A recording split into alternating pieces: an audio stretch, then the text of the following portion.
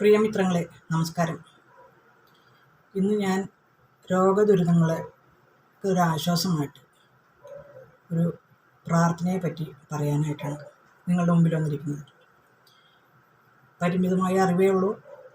ഞാൻ ഒരിടത്തു നിന്നും ഇതിനു വേണ്ടി ഒരു വിദ്യയും അഭ്യസിച്ചിട്ടില്ല. ഇതിനായിട്ടൊരു ഗുരുവും എനിക്കില്ല. ഞാൻ ഓരോ പുസ്തകങ്ങളും വായിച്ചതും അനുഭവിച്ചറിഞ്ഞതുമായ ചില പ്രാർത്ഥനകൾ. ഗുരു ഇല്ലെന്ന് ഞാൻ തീർത്ത് പറയുന്നില്ല. ഗുരുബാബ, അന്ത്യശരണം ഗുരുബാബ ഒരു പ്രാർത്ഥന പറഞ്ഞു തന്നിട്ടുണ്ട്. അത് ഒരു ദേവി സ്തുതിയാണ്. ദേവി മാഹാത്മ്യത്തിലുള്ള ഒരു മന്ത്രം. ശൂലേന പാഹിനോ ദേവി പാഹി ഖഡ്ഗേന ചാംബികേ ഖണ്ഡാസ്വനേന ന പാഹി ചാപര്യാനി സ്വനേന ച. നമുക്ക് അല്ലാതെ തീരാവ്യാധികളൊക്കെ ഉണ്ടാകുമ്പോൾ ഈ പ്രാർത്ഥന ചൊല്ലിയാൽ മനസ്സിനൊരാശ്വാസം. മരുന്ന് കഴിക്കേണ്ടെന്നല്ല, മരുന്നും മന്ത്രവും എന്നല്ലേ നമ്മുടെ പൂർവികരൊക്കെ പറഞ്ഞിട്ടുള്ളത്. ഈ പ്രാർത്ഥന എന്ന് പറഞ്ഞു കഴിഞ്ഞാൽ നമ്മുടെ മനസ്സിനൊരാശ്വാസം കൂടിയാണത്, ഒരു സപ്പോർട്ട്.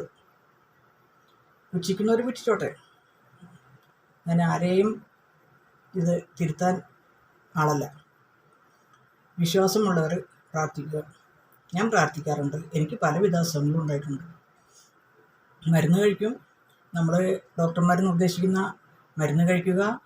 ഭക്ഷണങ്ങൾ അവർ പറയുന്ന രീതിയിൽ കൺട്രോൾ ചെയ്യുകയോ കഴിക്കേണ്ടത് കഴിക്കുകയോ ഒഴിവാക്കേണ്ടത് ഒഴിവാക്കുകയോ ചെയ്യുക. ധാരാളം വെള്ളം കുടിക്കുക. വെള്ളമൊന്നും കുടിച്ചില്ലെങ്കിൽ അസുഖങ്ങൾ വരും. അത് വേറെ രീതിയിൽ തിരിയും. നമ്മൾ കഴിക്കുന്ന മരുന്നിൻ്റെ ദോഷങ്ങൾ നമ്മുടെ ശരീരത്തിൽ അടിഞ്ഞു കൂടുന്നത് അത് വേറൊരു അസുഖമായിട്ട് തീരും. അപ്പോൾ വെള്ളം ധാരാളം കുടിക്കണം. എന്നിട്ട് മന്ത്രം ചൊല്ലിയിട്ട് വീണ്ടും അസുഖം വന്നെന്ന് പറഞ്ഞ് മന്ത്രത്തിന് കുറ്റം പറയുന്നു. നമ്മൾ ചെയ്യാനുള്ളത് ചെയ്തിട്ട് കൂട്ടത്തിൽ പ്രാർത്ഥിക്കുകയും ചെയ്യുക.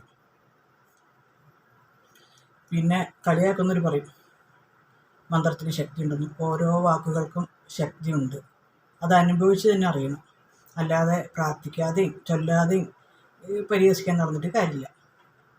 ഞാൻ അനുഭവിച്ചറിഞ്ഞിട്ടുള്ളത് മാത്രമേ ഞാൻ ഷെയർ ചെയ്യുള്ളൂ. മരണാസന്നനായ ഒരു വ്യക്തിക്ക് വേണ്ടി കുറച്ച് മാസങ്ങൾക്ക് മുമ്പാണ് കേട്ടോ ഞാൻ മൃത്യുഞ്ജയ മന്ത്രം 108 തവണ വീട്ടിലിരുന്ന് ജപിച്ചു. ശരിക്കും മനസ്സൊരുക്കി തന്നെ. എൻ്റെ ബന്ധു ആണോ എന്ന് ചോദിച്ചാൽ ബന്ധു, മകളുടെ ഒരു അകന്ന ബന്ധു, അത്രേ ഉള്ളൂ. ഈ ആളെ എന്നെ നേരിട്ട് സത്യം പറഞ്ഞാൽ അറിയുന്നില്ല. പക്ഷേ എൻ്റെ പ്രാർത്ഥന അത് ഫലിച്ചു എന്ന് തന്നെയാണ് ഞാൻ വിശ്വസിക്കുന്നത്. കാരണം ഒരു അപകടത്തിൽ അത്യാസന്ന നിലയിലായിട്ട് ആശുപത്രിയിൽ നിന്നും മടക്കിയതാണ്.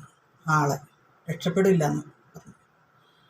അപ്പം ഞാൻ ഇവിടെ ഇരുന്നും പ്രാർത്ഥിച്ചു, അമ്പലത്തിൽ പോയിട്ടും പ്രാർത്ഥിച്ചു, ഇതൊക്കെ കഴിക്കുകയൊക്കെ ചെയ്തു. അയാളുടെ പരിക്ക് ഭീകരമായിരുന്നു. ഭയങ്കരമായിട്ട് തലയൊക്കെ ചളുങ്ങി പോയിക്കണം. ഹെൽമെറ്റ് വെക്കാതെ പോയിട്ട് അപകടം പറ്റിയിട്ട് ആ ചളുക്ക് അങ്ങനെ തന്നെ ഉണ്ട്. പക്ഷേ ജീവിച്ചിരിക്കുന്നു, നടക്കാനും എല്ലാം കഴിയുന്നു, ഓർമ്മയെല്ലാം തിരിച്ചു കിട്ടി. അവരറിയുന്നില്ല. ഞാൻ അവരോട് ആരോടും എൻ്റെ പ്രാർത്ഥന ഞാൻ പ്രാർത്ഥിച്ചെന്നൊന്നും പറഞ്ഞിട്ടില്ല. ഞാൻ വിശ്വസിക്കുന്നു. എൻ്റെ അയലക്കത്ത് നാട്ടിൽ ഒരാൾ, അയാൾക്ക് വേണ്ടി അതും ഇതുപോലെ തന്നെ ബൈക്ക് ആക്സിഡൻറ്റ് തന്നെ ഞാൻ പ്രാർത്ഥിച്ചു. അവരോട് സ്ഥാപിക്കാൻ പോയിട്ടില്ല. പ്രാർത്ഥിച്ചു എന്ന് അവരോട് പറഞ്ഞു. ഞാൻ പ്രാർത്ഥിക്കുന്നുണ്ട്, ആത്മാർത്ഥമായിട്ട് പ്രാർത്ഥിക്കുന്നുണ്ട്. ചിലർ പറയുമ്പോൾ ഞാൻ പ്രാർത്ഥിക്കാമെന്ന് പറയുമ്പോൾ കളിയാക്കും ആൾക്കാർ. പ്രാർത്ഥനയിൽ എന്ത് കാര്യം, നിങ്ങൾക്ക് സാമ്പത്തികമായിട്ട് എന്തെങ്കിലും ചെയ്യാൻ പറ്റുന്നുണ്ടെങ്കിൽ ചെയ്യും. പ്രാർത്ഥിക്കാനും വേണ്ട ഒരു മനസ്സ്, ഒരു വ്യക്തിക്ക് വേണ്ടി, ഒരാൾക്ക്, നമ്മുടെ ആരുമല്ലാത്ത ഒരാൾ, അല്ലെങ്കിൽ നമ്മുടെ ആരെങ്കിലുമൊക്കെ ആയ ഒരാൾക്ക് വേണ്ടി ഘട്ടത്തിൽ ഇങ്ങനെയൊക്കെ പ്രാർത്ഥിക്കാനും ഒരു മനസ്സ് വേണ്ടേ.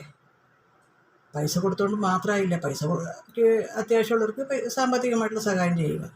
അതോടൊപ്പം ഇങ്ങനെ പ്രാർത്ഥിക്കാനുള്ള ഒരു മനസ്സും കൂടെ വേണം. പിന്നെ എൻ്റെ പ്രാർത്ഥനകൾ ഏൽക്കുന്നതിന് കുറച്ച് ഒരു സിദ്ധി കൂടിയുണ്ട്. സിദ്ധി എന്ന് വെച്ചാൽ ഞാൻ റെക്കി എടുത്തിട്ടുണ്ട്. റെക്കി അറ്റോൺമെൻറ്റ് പ്രത്യക്ഷ ഫലസിദ്ധിയുള്ള ഒരു മന്ത്രവിദ്യയാണ് റെക്കി, ജാപ്പനീസ് മന്ത്രവിദ്യ. ഈ റെക്കി ഉള്ള കാരണം ഞാൻ റെക്കി ട്രീറ്റ്മെൻറ്റ് ഒന്നും ആർക്കും ചെയ്യുന്നൊന്നുമില്ല. അതിനെപ്പറ്റി ഞാൻ വിശദമായിട്ട് പിന്നൊരു വീഡിയോയിൽ പറയാം. റെക്കി ഉള്ളതുകൊണ്ട് ഞാൻ പ്രാർത്ഥിക്കുമ്പോൾ എനിക്ക് ശരിക്കും അറിയാൻ പറ്റുന്നുണ്ട് ആ പ്രാർത്ഥന വർക്ക് ചെയ്യുന്നത് എൻ്റെ സഹസ്രാരപത്മമായ ശിരസ്, ആജ്ഞാചക്രം, തൊണ്ടയിൽ അനാഥചക്രം, നെഞ്ചിൽ എല്ലാവിടെയും അതൊരു വൈബ്രേഷൻ എനിക്ക് അനുഭവിച്ചറിയാൻ കഴിയും. ആ പ്രാർത്ഥന ഏറ്റില്ലെങ്കിലും എനിക്കറിയാൻ പറ്റും. ഇതിനെപ്പറ്റി വിശദമായിട്ട് ഞാൻ പിന്നീട് പറയാം. നന്ദി, നമസ്കാരം.